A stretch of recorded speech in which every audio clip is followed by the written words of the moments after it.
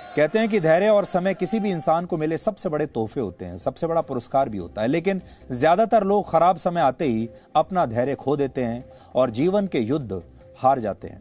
लेकिन आज हम आपको कर्नाटक के तुमकुर में रहने वाली 15 साल की एक ऐसी लड़की से मिलवाएंगे जिसने बहुत मुश्किल समय में भी अपना हौसला खोया नहीं।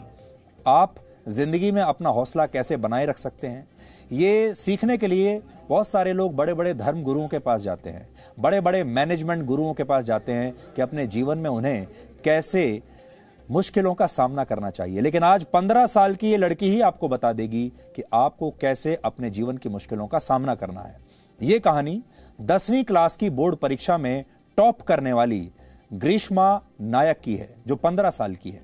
इसी साल जुलाई के महीने में ग्रीष्मा को 10वीं कक्षा की बोर्ड की परीक्षा देनी थी, लेकिन उनका परिवार बहुत गरीब है और स्कूल की फीस ना चुका पाने की वजह से ग्रीष्मा के स्कूल ने उसे परीक्षा में शामिल होने के लिए एडमिशन कार्ड देने से मना कर दिया और ग्रीष्मा चाहकर भी 10वीं कक्षा की परीक्षा नहीं दे पाई, गरीबी की वजह से।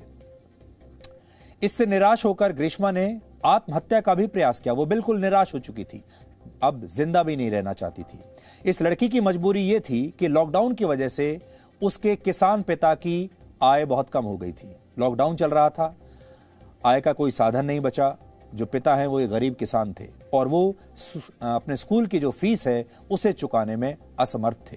लेकिन फिर ग्रीष्मा ने खुद को संभाला और उसने कर्नाटक के शिक्षा मंत्री को एक चिट्ठी लिखी। इसके बाद शिक्षा मंत्री खुद इस लड़की के घर गए और उन्होंने ये भरोसा दिलाया कि वो उन्हें उन सभी छात्रों को सप्लीमेंट्री एग्जाम देने का एक अवसर देंगे जो फीस ना देने की वजह से अपनी परीक्षा नहीं दे पाए। इसके बाद ग्रीष्मा ने अपनी बड़ी बहनों की मदद से घर पर रहकर ही परीक्षा की तैयारी शुरू कर दी, यानी वो घर पर ही पढ़ी और इसमें उनकी बहनों ने उसकी मदद की। ग्रीष्मा का धैर्य तब काम आया और जब पिछले महीने हुई इसी परीक्षा के नतीजे आए और ग्रीष्मा ने 95.8% अंकों के साथ कर्नाटक में टॉप किया।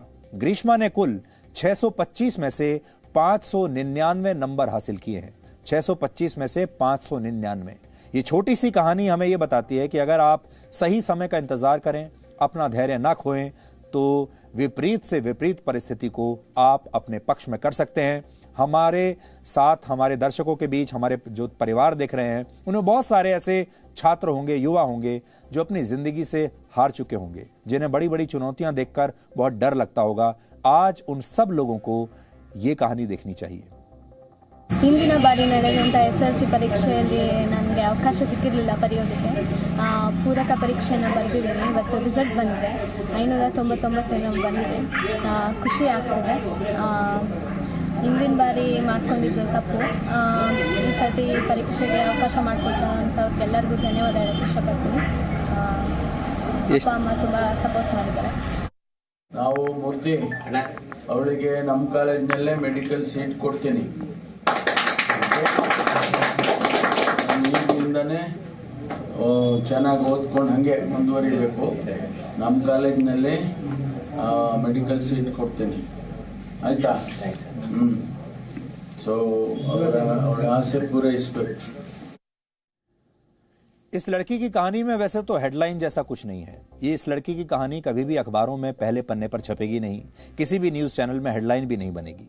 लेकिन ये कहानी आपको इसलिए दिखाई क्योंकि हम ये उम्मीद करते हैं कि आज इस लड़की की कहानी हमारे देश के ऐसे करोड़ों छात्रों का मनोबल बढ़ाएगी जो अपने जीवन से निराश हो चुके हैं, जो शायद बड़ी बड़ी चुनौतियों से डर जाते हैं, असफलताओं से या तो डर गए हैं या फिर निराश हो चुके हैं।